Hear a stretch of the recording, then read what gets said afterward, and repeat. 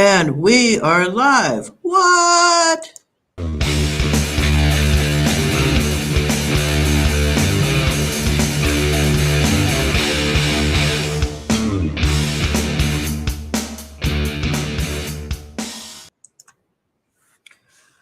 All right.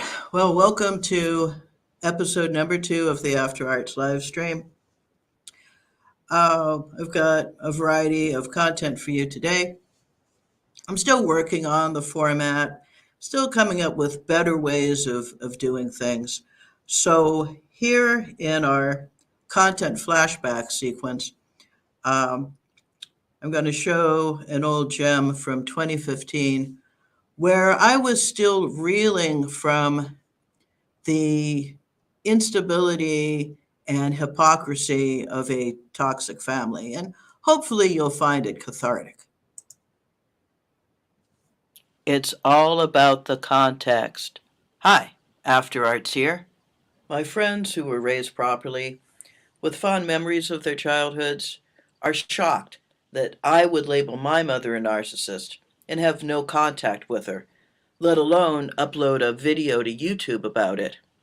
And let's face it, Mother's Day is really tough when you had a narcissist for a mother. It seems you just can't get away from this mass media hype machine about having to pay tribute to this mythical creature who looked after you and took care of you and met your every need. If I'd been raised by one of those, I'd be the first one getting the most thoughtful, fantastic present there could be, because I believe in giving credit where credit is due. The ads don't say, look, she carried you in her womb for 9 long months, and then she hatched you out of her vajayjay, which was hardly her finest hour. Then she dropped a bottle in your playpen, and then she pushed you out the door to go to school so she could finally watch her soap operas in peace. No! It's always because she was so good to you. Even Santa Claus had a lump of coal for the naughty kids. It's all about the context. You have to draw the line somewhere. Are you selling yourself short, or are you selling yourself out? Are your needs being served by people who don't even know your needs from a hole in the ground? I can only speak for myself and my personal path and my unique problems getting along with my family of origin, because I say what I mean, and I mean what I say. And when I'm raised and encouraged to care about my baby brother, the drug addict, I don't stop caring about my baby brother, the drug addict. And when his mother, who's never lied to me before in 45 years, lies to me about him, I can't just believe her bullshit lie and shut up and go away. That makes me a troublemaker, because I'm supposed to go along with the program. It's all about the context. These people hate me now. On the one hand, it's sad, because these are 3 fewer people in my life. But on the other hand, what good were they? They couldn't even be honest with me about one of the people I cared about the most in the world. Hell, the drug addict wasn't even honest with me. So, there are 3 fewer people in my world wasting my time. It's all about the context. I really love my father because he was kind of there for me as a kid, and I really wanted a father that I could look up to. So, I just saw what I wanted to see. All I wanted was a sense of family, like the really fun, festive family celebrations we used to have before the drug addict went off the deep end. But he won't even let me have that anymore. My dad had let it slip that there was an Easter family gathering at his house that I hadn't been invited to. These were step-relatives that I'd been encouraged to care about for 30 years. The fact that someone had decided to exclude me and then keep the whole thing a secret told me everything I needed to know about the true nature of our relationship. I can't say that I know what they were thinking, but I do know that there's no real honesty or true communication coming from him or his wife. And they probably do think I'm crazy because all my attempts to communicate my feelings fall on deaf ears when there's no empathy to hear it. And all my attempts to explain my actions and my motivations are completely unintelligible to people who are unable to think things through, who have no common sense or understanding of cause and effect. It's all just word salad to them. But they can say what they want about me. My dad is miserable and talks shit about everyone, but my husband and I are happy, and we have a good partnership, and we have a life that works. I guess that makes me the crazy one. It's all about the context.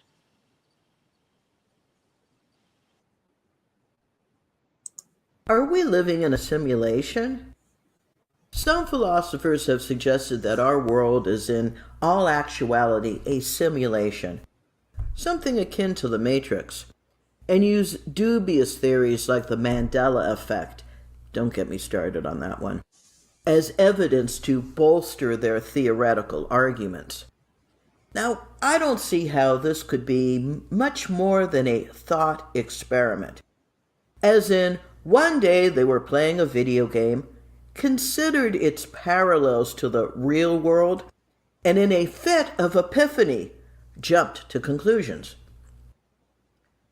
I remember lying in bed around the age of 6, freaking out at the notion that our galaxy might be occupying a mere square inch of space inside a shoebox at the bottom of someone's closet in some larger universe. And why I would be seized by such a thought had a lot to do with TV shows like The Outer Limits and The Twilight Zone. Cold War paranoia programming that entertained the idea that the things we took for granted weren't quite as they appeared. But why would anyone want to imagine that this is all a simulation? Just what are we supposed to do with this concept? The Matrix series is one thing. As a creative work, we understand that it's meant to be allegorical, like The Truman Show is allegorical. Truman has free will, but we, the audience, are able to see what he cannot, all the ways he's been manipulated and boxed in. The Truman Show depicts a gaslighting campaign taken to the ultimate degree, and having watched the film, we come away with a new awareness, wondering just how much of what we've seen pertains to us. It's a given that the narcissist would love to keep us on their set, a character in their ensemble piece acting out their script, reeling from one psyop to another, like wars and rumors of wars or flat earth, or news reports like eggs are bad for us, only to reveal at a later point that eggs are actually good. It's just noise. Or perhaps an interesting thought experiment for those of us inclined to ponder such things. To rise above the mundane for a moment, to reflect on the unreality of life, especially nowadays when truth is stranger than fiction, and it's easy to believe that we might be living in a movie. Our thoughts and our outlook indeed have an impact on our quality of life. In a very real way, we create our own reality. There is a solid link between cause and effect, action-reaction. And a large part of growing up to become a whole and self-actualized adult is understanding how the world works, the rules of the game, so to speak. One can be passive and experience life as something that just happens to them, or one can take charge of one's life and be the captain of their ship, which is not the be-all and end-all of the art of living, because one can be the captain of the ship and sail right into an iceberg, or right off the face of the earth. Because you're not really conscious when you're driven by your delusions and compulsions and all of that stuff that isn't the real you, that isn't your true self, like societal programming or the judgmental, nagging voice of the narcissist. Like the subconscious mind that doesn't understand, don't imagine a pink elephant, so immediately you visualize a pink elephant in all its splendor. You will manifest whatever is operating on the frequency that you're operating on.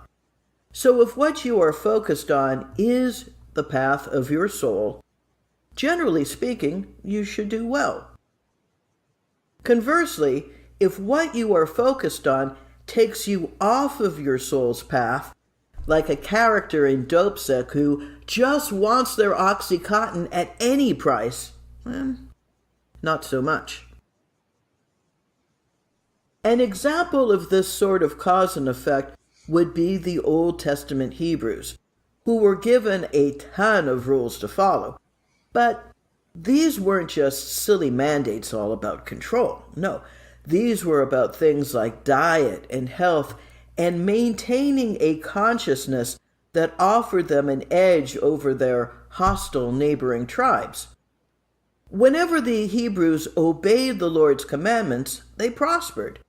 Whenever they strayed from the commandments, doing things like worshiping other gods, the Lord removed his hand of protection.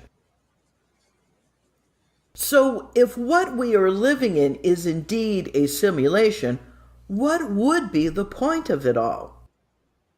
It's been said that the earth is a school, that souls choose to come here in order to have a human experience, to learn whatever it is that only a human experience can teach to a soul experiencing a human incarnation. So what would be our takeaway from that? If life were indeed a simulation, the knowledge that we have a free will and the power to affect our reality puts us ahead of the game. And the awareness of this being a game in the first place is in itself a game changer. So in this thought exercise, allow me to submit the idea that the purpose of the simulation we know as life is for us to wake up and transcend the simulation, using the tools we've learned along the way to hack the game and go from being a non-playable character to the captain of our ship and doing our part to wake up the others around us.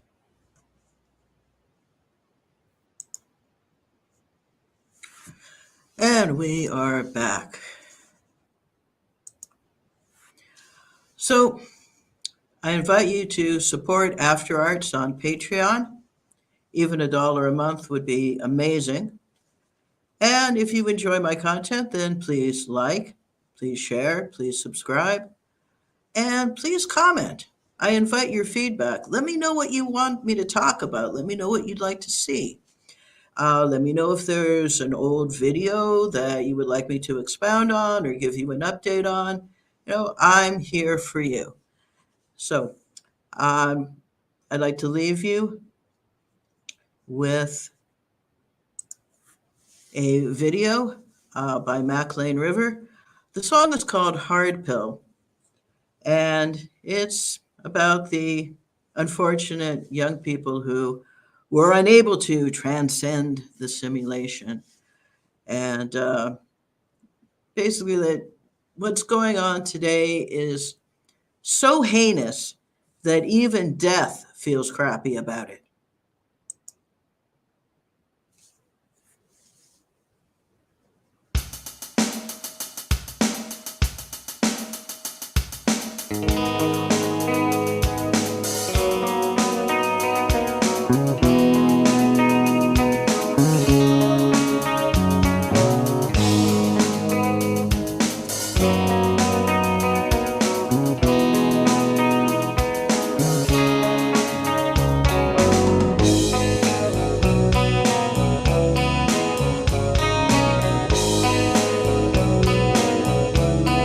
Open the door, open the gate, open the lock to Pandora's box. Now it's too late, now it's too late. Pain, sorrow, hard, built to swallow, rings, hollow, hard, built to swallow.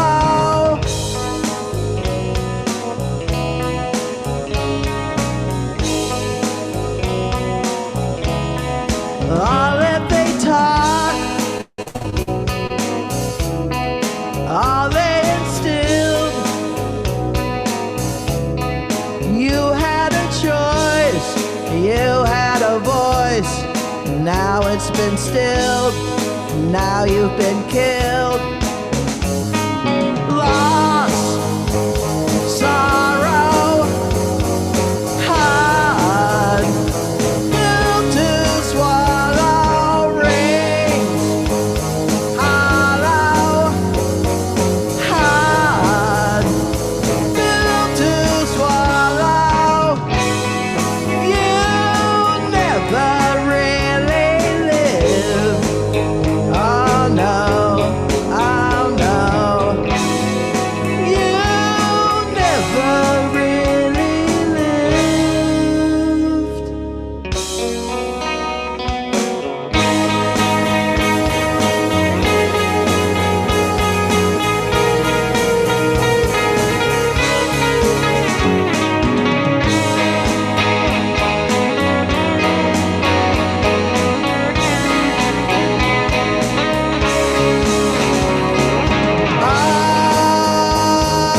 Hardpill to swallow, swallow. It's a hardpill to swallow, swallow. Death, sorrow, hard, built to swallow, rings, it rings so hollow, hard, built to swallow. You never really lived. Oh no, oh no. You never really lived.